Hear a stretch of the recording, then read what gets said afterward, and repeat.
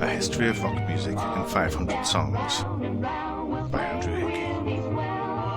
Episode 71, Willie and the Hand Jive by Johnny Otis. And so we come to our last look at Johnny Otis, one of those people who has been turning up throughout the early episodes of the podcast.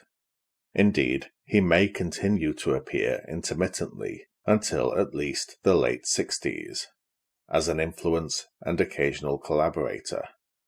But the days of his influence on rock and roll music more or less came to an end with the rise of the rockabillys in the mid-50s, and from this point on, he was not really involved in the mainstream of rock and roll.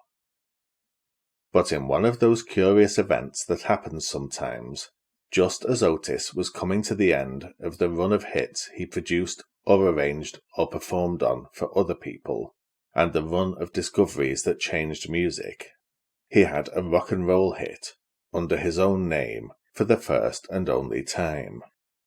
And that hit was because of the 6-5 special, the British TV show we talked about last week. Doctor and a lawyer and an Indian chief. Now they all dig that crazy beat. Way out Willie gave them all a treat. When he did that hand jive with his feet. Hand jive, hand jive, hand jive, doing that crazy. The way this podcast works, telling stories chronologically and introducing new artists as they come along, can sometimes make it seem like the music business in the 50s was in a constant state of revolution, with a new year zero coming up every year or two. First wave rockabilly is so January through August 1956. We're into late 1958, and everything's prototype soul now, Grandad.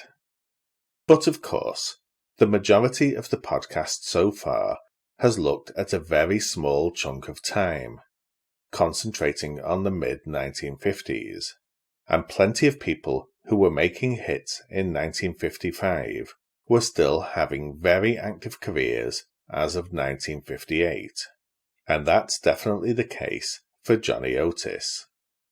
While he didn't have that many big hits after rockabilly took over from R&B as the predominant form of rock and roll music, he was still making important records. For example, in 1957, he produced and co-wrote Lonely, Lonely Nights for Little Julian Herrera and the Tigers, which became a local hit, and which he thought at the time was the first big record to feature a Chicano singer. We're going to talk about the Chicano identity in future episodes of the show, but Chicano, or Chicana, or Chicanx is a term that is usually used for Americans of Mexican origin. It can be both an ethnic and a cultural identifier, and it has also been used in the past as a racial slur. It's still seen as that by some people, but it's also the chosen identifier for a lot of people who reject other labels like Hispanic or Latino. To the best of my knowledge, it's a word that is considered acceptable and correct for white people to use when talking about people who identify that way, which, to be clear, not all Americans of Mexican descent do, by any means. But I'm very happy to have feedback about this from people who are affected by the word. Little Julian Herrera did identify that way, and he became a hero among the Chicano population in LA when Lonely Lonely Nights came out on Dig Records, a label Otis owned.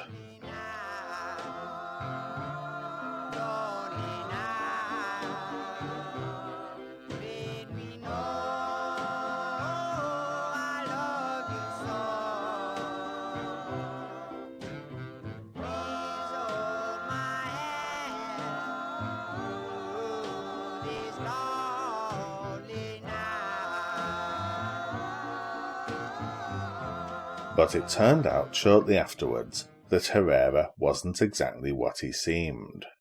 Police came to Otis's door and told him that the person he knew as Julian Herrera was wanted on charges of rape. And not only that, his birth name was Ron Gregory, and he was of Jewish ethnicity and from a Hungarian-American family from Massachusetts. Apparently, at some point, he had run away from home and travelled to LA, where he had been taken in by a Mexican-American woman who had raised him as if he were her own son. That was pretty much the end of little Julian Herrera's career, and indeed, shortly after that, Dig Records itself closed down, and Otis had no record contract. But then fate intervened, in the form of Mickey Katz. Mickey Katz was a comedian who is now probably best known for his famous family. His son is Joel Grey, the star of Cabaret, while his granddaughter, Jennifer Grey, starred in Dirty Dancing and Ferris Bueller's Day Off.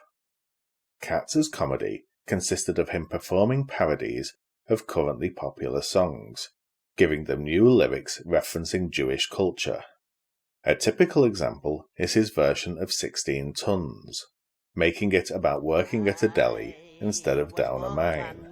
And I gave a geschrei. Mein Spuche was happy, it was a holiday. I wanted my bottle, I felt real chipper. I didn't get nothing cause it was Yom Kippur. 16 tons, all kinds smoked fishes. Latkes, Blintzes und heiße Knisches. Oh Lord, ich nehme schnell to the promised land. A Feuer auf dem Boss soll werden verbrennt.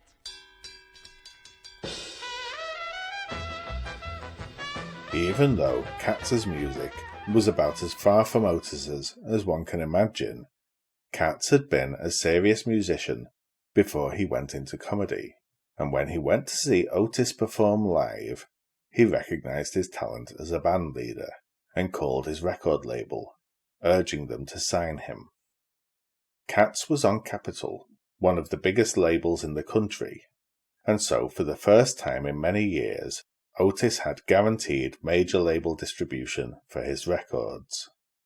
In October 1957, Capitol took the unusual step of releasing 4 Johnny Otis singles at the same time, each of them featuring a different vocalist from his large stable of performers.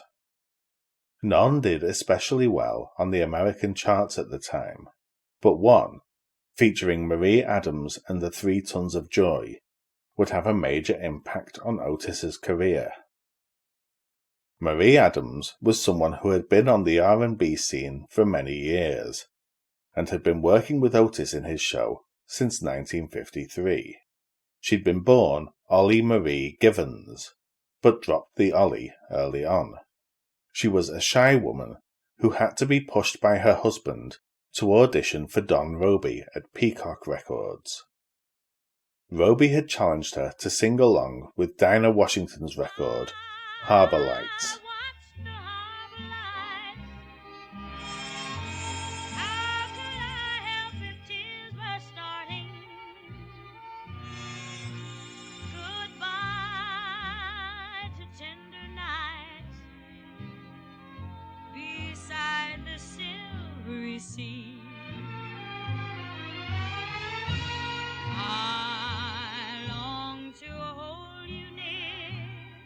When she'd proved she could sing that, Roby signed her, hoping that he'd have a second Big Mama Thornton on his hands, and her first single seemed to confirm him in that hope.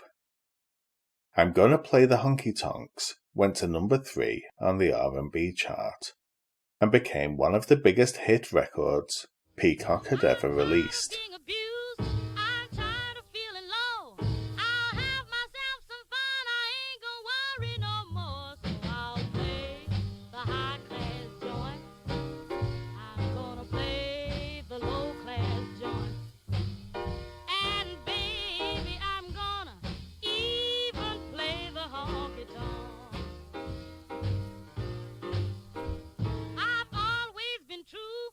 But her later career with Peacock was less successful. The follow-up, was a version of Johnny Ace's My Song, which seems to have been chosen more because Don Roby owned the publishing, than because the song and arrangement were a good fit for her voice, and it didn't do anything much commercially. You told me that you would leave me here in tears. Now you're gone and hours seem like years. So Like many of Peacock's artists who weren't selling wonderfully, she was handed over to Johnny Otis to produce, in the hopes that he could get her making hits. Sadly, he couldn't, and her final record for Peacock came in 1955, when Otis produced her on one of many records recorded to cash in on Johnny Ace's death, In Memory. I sing my song to the memory of Johnny Ace. Johnny who sang with such soul and style and grace. Yes, Johnny's gone, but his memory lives in my heart. But that did so poorly that it's never had an official re-release. Not even on a digital compilation I have, which has half a dozen other tributes to Ace on it, by people like Vanetta Dillard and Linda Hayes. Adams was dropped by her record label, but she was impressive enough as a vocalist that Otis, who always had an ear for great singing, kept her in his band as the lead singer of a vocal trio, the 3 Tons of Joy, who were so called because they were all extremely fat. I say this not as a criticism of them. I'm fat myself, and absolutely fat positive. Fat isn't a term of abuse in my book. There seems to be some debate about the identity of the other 2 in the 3 Tons of Joy. I've seen reliable sources refer to them as 2 sisters, Sadie and Francine McKinley, and as Adams's 2 sisters, Doris and Francine, and have no way of determining which of these is correct. The 3 of them would do synchronized dancing, even when they weren't singing, and they remained with Otis's show until 1960. And so, when Capitol came to release its first batch of Johnny Otis records, one of them had vocals by Marie Adams and the 3 Tons of Joy. The song in question was Ma, He's Making Eyes at Me, a vaudeville song which dated back to 1921, and had originally sounded like this. My girl Lily makes me feel silly and shy, and in my parlor too, she tries to be and cool. And most every night Lily calls, she will try to make it up with me, and then I cry. Ma, she's making eyes at me. Ma, she's awful nice to me. Ma, she's almost breaking my In the hands of the Otis Band and the 3 Tons of Joy, it was transformed into something that owed more to Ruth Brown, especially with Marie Adams's pronunciation of Mama, than to any of the other performers who had recorded versions of the song over the decades.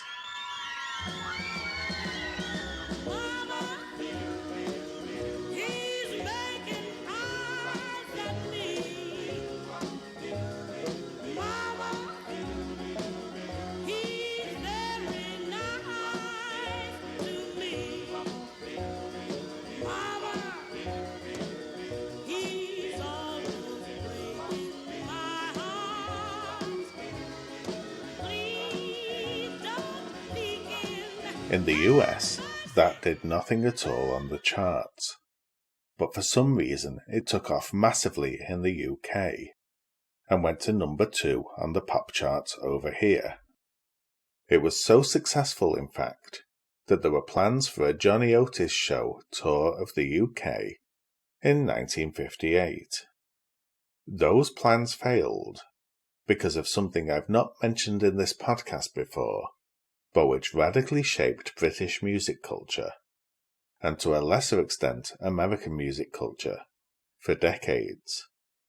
Both the American Federation of Musicians and their British equivalent, the Musicians' Union, had, since the early 1930s, had a mutual protectionist agreement which prevented musicians from one of the countries playing in the other. After the Duke Ellington Band toured the UK in 1933, the ban came into place on both sides. Certain individual non-instrumental performers from one country could perform in the other, but only if they employed musicians from the other country. So, for example, Glenn Miller got his first experience of putting together a big band because Ray Noble, a British bandleader, had had hits in the US in the mid-30s. Noble and his vocalist Al Bowley were allowed to travel to the US, but Noble's band wasn't, and so he had to get an American musician, Miller, to put together a new band. Similarly, when Johnny Ray had toured the UK in the early 50s, he'd had to employ British musicians. And when Lonnie Donegan had toured the US on the back of Rock Island Line's success, he was backed by Johnny Burnett and the Rock and Roll Trio. Donegan was allowed to sing, but not allowed to play guitar. In 1955, the two unions finally came to a one-in, one-out agreement, which would last for the next few decades, where musicians from each country could tour, but only as a like-for-like swap. So, Louis Armstrong was allowed to tour the UK, but only on condition that Freddie Randall, a trumpet player from Devon, got to tour the US. Stan Kenton's band toured the UK, while the Ted Heath Orchestra, which was not, I should point out, led by the Prime Minister of the same name, toured the US. We can argue over whether Freddie Randall was truly an adequate substitute for Louis Armstrong, but I'm sure you can see the basic idea. The union was making sure that Armstrong wasn't taking a job that would otherwise have gone to a British trumpeter. Similarly, when Bill Haley and the Comets became the first American rock and roll group to tour the UK in 1957, Lonnie Donegan was allowed to tour the US again, and this time he could play his guitar. The 3 Tons of Joy went over to the UK to appear on the 6-5 special, backed by British musicians, and to scout out some possible tour venues with Otis as manager. But the plans fell through because of the inability to find a British group who could reasonably do a swap with Otis's band. They came back to the US and cut a follow-up to Mahe's Making Eyes at Me, with vocals by Marie and Johnny Otis.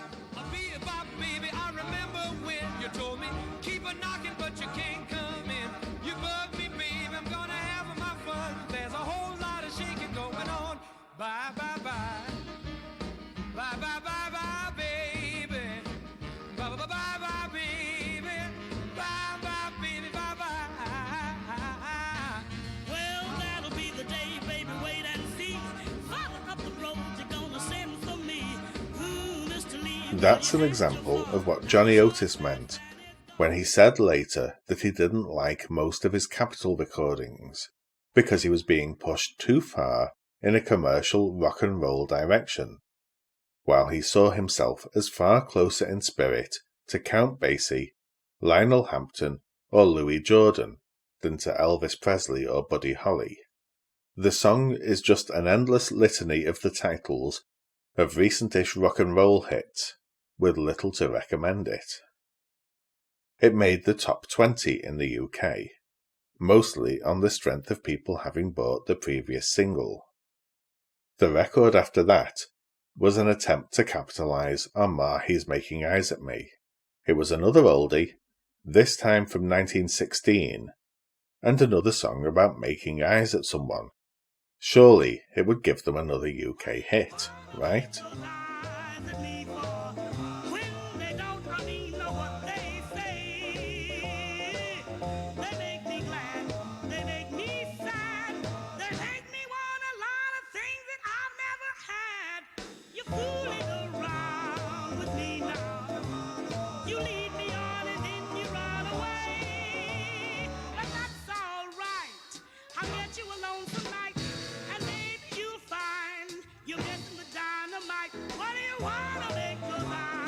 Sadly, it sank without a trace, at least until it was picked up by Emile Ford and the Checkmates, who released a sound-alike cover version, which became the last British number one of the 50s and first of the 60s, and was also the first number one hit by a black British artist, and the first record by a black British person to sell 1 million copies.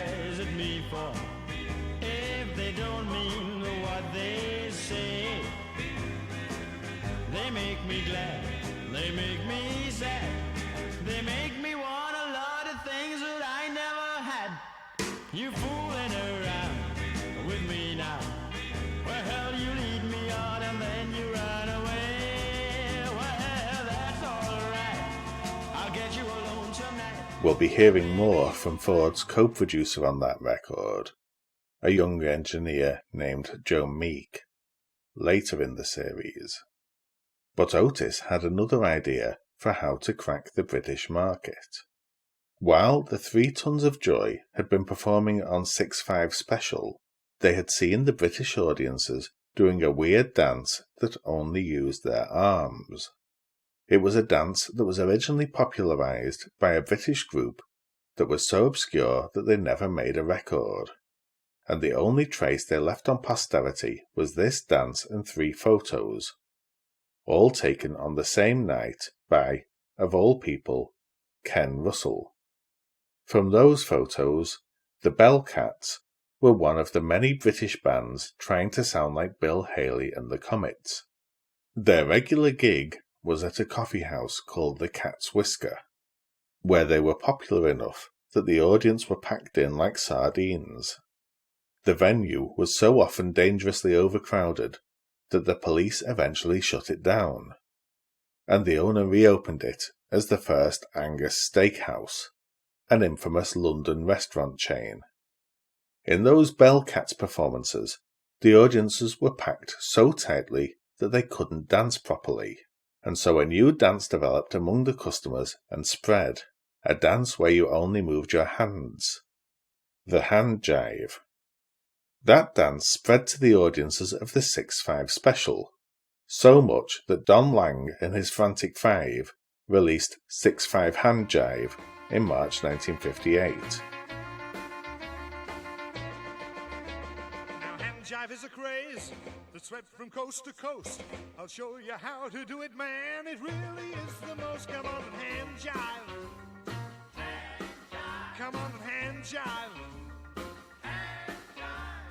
Hand jive at 6 and 5 every Saturday night.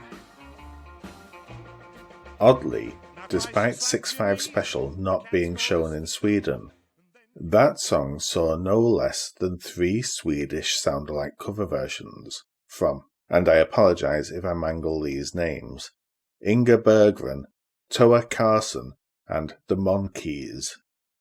The 3 Tons of Joy demonstrated the hand jive to Otis, and he decided to write a song about the dance.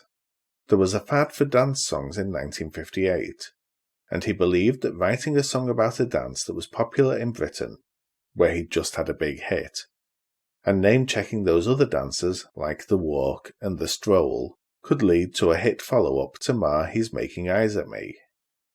The dance also appealed to Otis because, oddly, it was very reminiscent of some of the moves that black American people would do when performing Hambone, the folk dance cum song cum game that we discussed way back in episode 30, and which inspired Bo Diddley's song, Bo Diddley.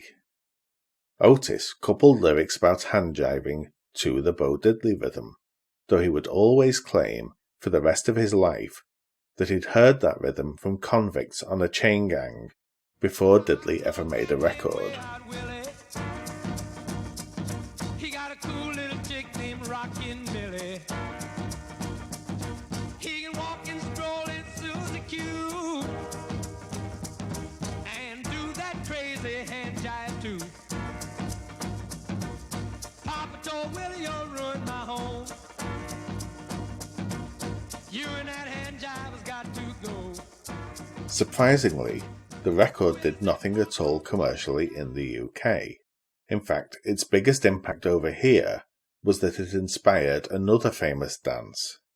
Cliff Richard cut his own version of Willie and the Hand Jive in 1959.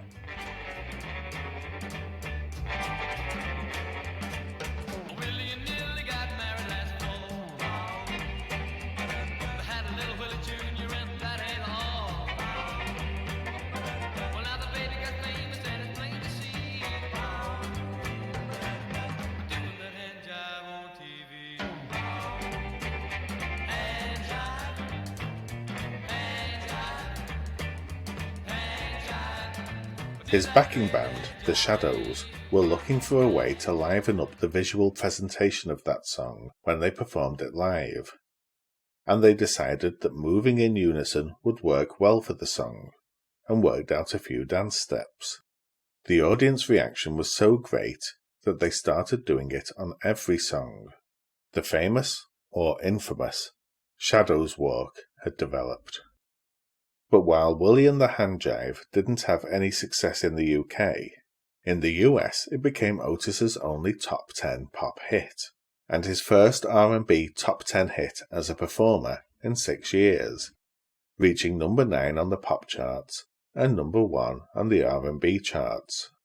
This was despite several radio stations banning it, as they assumed the Hand Jive was a reference to masturbation, even though on Otis's TV shows and his stage performances, the 3 Tons of Joy would demonstrate the dance as Otis sang.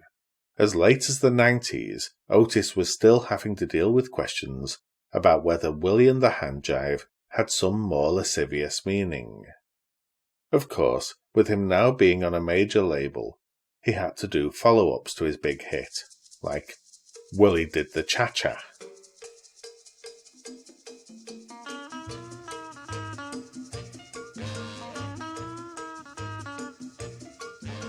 Willie made it down by the railroad track. Willie did the cha-cha. He found a groovy little joint they call Chico Shack. Willie did the cha-cha. They got a cha-cha band with the rock and roll. But chart success remained elusive, and nothing he did after this point got any higher than number 52 on the pop charts. The music industry was slowly moving away from the kind of music that Otis had always made. As genres got narrower, his appreciation for all forms of Black American music meant that he no longer appealed to people who wanted one specific style of music. He was also becoming increasingly involved in the civil rights movement, writing a weekly newspaper column decrying racism, helping his friend Mervyn Dimley, who became the joint first black person elected to statewide office in the USA since the Reconstruction, and working with Malcolm X and others. He had to deal with crosses burning on his lawn, and with death threats to his family. While Otis was white, his wife was black. The result was that Otis recorded and toured only infrequently during the 60s, and at one point was making so little as a musician that his wife became the main breadwinner of the family, while he was a stay-at-home father. After the Watts riot in 1965, which we'll talk about much more when we get to that time period, Otis wrote the book Listen to the Lambs, a combination political essay, autobiography, and mixture of eyewitness accounts of the riots that made a radical case that the first priority for the black community in which he lived wasn't so much social integration, which he believed impossible in the short term due to white racism, as economic equality. He thought it was in the best interests, not only of black people, but of white people as well, if black people were made equal economic participants in America as rapidly as humanly possible, and if they should be given economic and political control over their own lives and destinies. The book is fierce in its anger at systemic racism, at colonialism, at Anglo-centric beauty standards that made black people hate their own bodies and faces, at police brutality, at the war in Vietnam, and at the systemic inequalities keeping black people down. And over and again he makes one point, and I'll quote from the book here. A newborn Negro baby has less chance of survival than a white. A Negro baby will have its life ended 7 years sooner. This is not some biological phenomenon linked to skin colour, like sickle cell anemia. This is a national crime linked to a white supremacist way of life and compounded by indifference. Just to remind you, the word he uses there was the correct word for black people at the time he was writing. Some of the book is heartrending, like the description from a witness. Otis gives over 30 pages of the book to the voices of black witnesses of the riots, talking about seeing white police officers casually shoot black teenagers on the street and make bullseye signals to their friends as if they'd been shooting tin cans. Some is, more than 50 years later, out of date or of its time, but the sad thing is that so many of the arguments are as timely now as they were then. Otis wrote a follow-up, Upside Your Head, in the early 90s, inspired by the LA riots that followed the Rodney King beating. And no doubt were he alive today, he would be completing the trilogy. But while politics had become Otis's main occupation, he hadn't stopped making music altogether, and in the late 60s he was contacted by Frank Zappa, who was such a fan of Otis that he copied his trademark beard from Otis. Otis and Zappa worked together in a casual way, with Otis mostly helping Zappa get in touch with musicians he knew who Zappa wanted to work with, like Don Sugarcane Harris.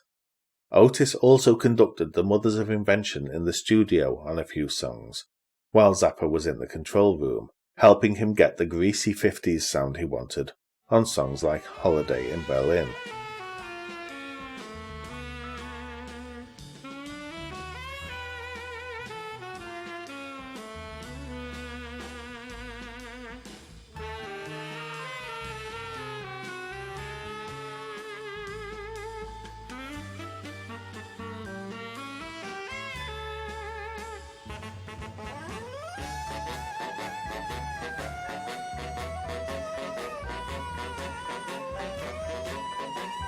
Apparently, while they were recording that, Otis was clapping his hands in the face of the bass player, Roy Estrada, who didn't like it at all. Given what I know of Estrada, that's a good thing. Otis's teenage son Shuggy also played with Zappa, playing bass on Son of Mr. Green Jeans from Zappa's Hot Rats album. Zappa then persuaded a small blues label, Kent Records, which was owned by two other veterans of the 50s music industry, the Bihari brothers, to sign Otis to make an album. Cold Shot, by the new Johnny Otis Show, featured a core band of just 3 people. Otis himself on piano and drums, Delmar Mighty Mouth Evans on vocals, and Shuggy playing all the guitar and bass parts. Shuggy was only 15 at the time, but had been playing with his father's band since he was 11, often wearing false moustaches and sunglasses to play in venues serving alcohol. The record brought Otis his first R&B hit since Willie and the Hand Jive, more than a decade earlier, Country Girl. Look, man, it's coming. Chick I was telling you about the other day, man. Ooh, she's all right. Yeah, man. She's deep in the waist as a wall. Wide in the hips as a horse. And she's so fine. Great big country girl. Oh, she's the finest thing I've seen. Around the same time, that trio also recorded another album called For Adults Only, under the name Snatch and the Poontangs, and with a cover drawn by Otis in a spot-on imitation of the style of Robert Crumb. For obvious reasons, I won't be playing any of that record here, but even that had a serious sociological purpose along with the obscene humour. Otis wanted to preserve bits of black folklore. Songs like The Signifying Monkey had been performed for years, and had even been recorded by people like Chuck Berry and Willie Dixon, but they'd always stripped out the sexual insults that make up much of the piece's appeal. Otis would in later years laugh that he'd received accusations of obscenity for Roll With Me Henry and for Willie and the Hand Jive, but nobody had seemed bothered in the slightest by the records of Snatch and the Poontangs, with their constant sexual insults. Cold Shot caused a career renaissance for Otis, and he put together a new lineup of the Johnny Otis Show, one that would feature as many as possible of the veteran musicians who he thought deserved exposure to a new audience. Probably the highest point of Otis's later career was a 1970 performance at the Monterey Jazz Festival, where his band featured Esther Phillips, Big Joe Turner, Eddie Cleanhead Vinson, Roy Milton, Pee Wee Creighton, Ivory Joe Hunter, and Roy Brown.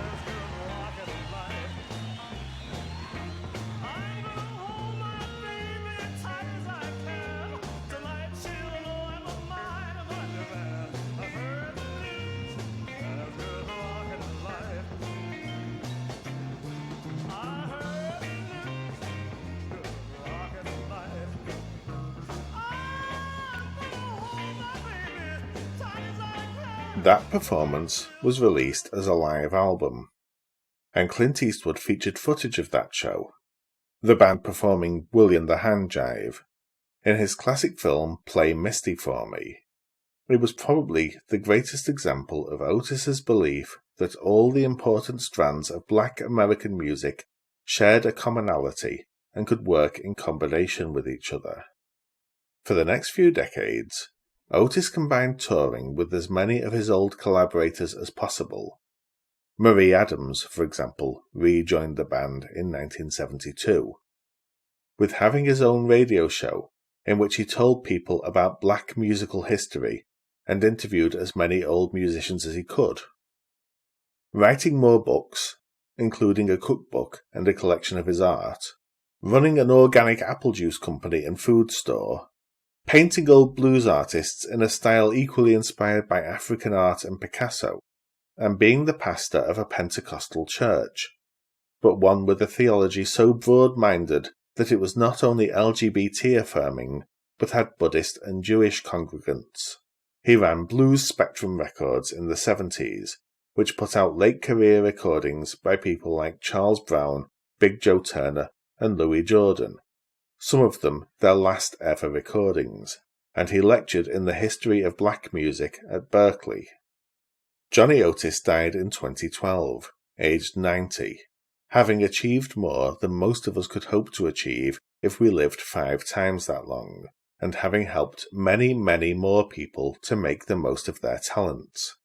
He died 3 days before the discovery of whom he was most proud, Etta James, and she overshadowed him in the obituaries, as he would have wanted. A History of Rock Music in 500 Songs is brought to you by the generosity of my backers on Patreon. Each week, Patreon backers will get a 10-minute bonus podcast. This week's is on Short Shorts by the Royal Teens. Visit patreon.com/Andrew Hickey to sign up for as little as $1 a month.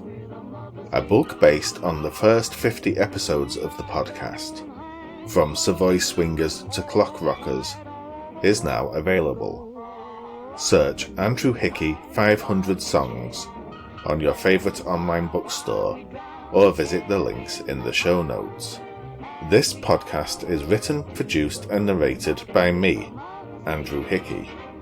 Visit 500songs.com, that's 500 the numbers songs.com, to read transcripts and liner notes and get links to hear the full versions of songs excerpted here. If you've enjoyed the show and feel it's worth reviewing, please do leave a review wherever you get your podcasts. But more importantly, tell just one person that you liked this podcast. Word of mouth, more than any other form of promotion, is how creative works get noticed and sustain themselves. Thank you very much for listening.